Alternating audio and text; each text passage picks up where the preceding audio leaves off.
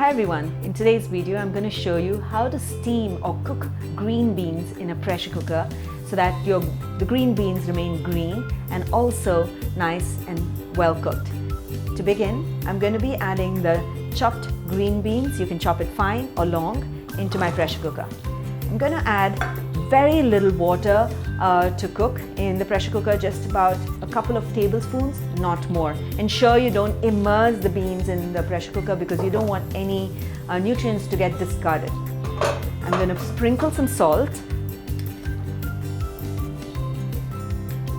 and pressure cook the beans for about exactly 2 whistles.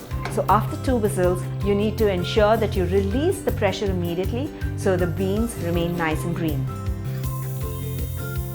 So after 2 whistles, I placed the pressure cooker under running water to release the pressure immediately, because that's when your green beans will remain nice and green. Okay, now I'm going to open the pressure cooker to show you how it looks.